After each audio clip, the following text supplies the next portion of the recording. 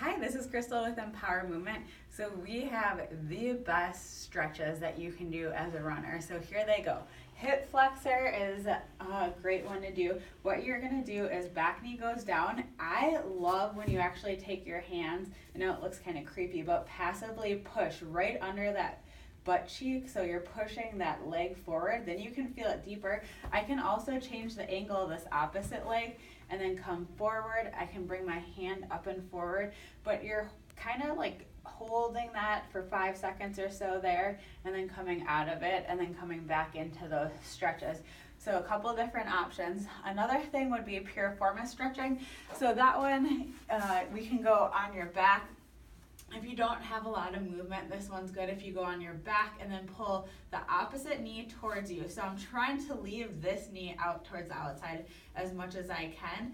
If you're like, hey, I actually have pretty good flexibility for a runner, then for the piriformis, you could go into this pose where your leg's underneath you. Now, the further you move this foot out, the more of a stretch it will actually kind of be as you're bringing your hips forward. The goal is to get your butt as close to the ground on this side as you can with that one, or sink into it. You can also put your forearms down on the ground. So often glutes get tight. Another great mobility thing to do is foam rolling out the glutes. So at least the superficial fibers, but again, I'm crossing my leg and then I'm rolling towards the problematic area or towards that glute.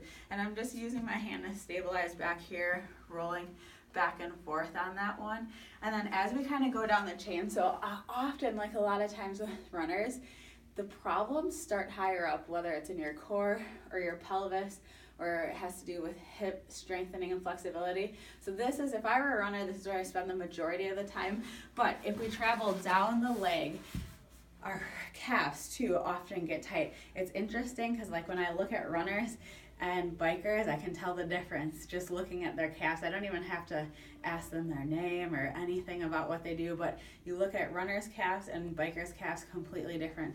So for anybody, I think this stretch is not done correctly often. So what you want to do, 3 different positions, 2 different positions with your knee you're going to do. So toes forward. I'm going to drive my hips straight forward towards the wall, knee straight. That's the one that everybody knows, right? So the second variation of all of these would be with your knee bent. That gets a different muscle. So then bending the knee, hips go straight forward. Now here is like the secret sauce though. So if you go toes out to the outside, my hips have to stay parallel towards the wall because what I'm naturally going to want to do is bring my hips this way. So again, my hips go forward towards the wall and I'm bending that opposite leg, bringing my hips close to the wall until I feel a stretch in the calf. Again, knee straight, knee bent in that position, and then toes in. And again, I'm going to have to think about squaring my hips to the wall and then forward with that. And then also knee bent. Those ones you want to hold longer though. So like 10-second holds on that ones. But those are all the stretches you guys should be doing if you're running.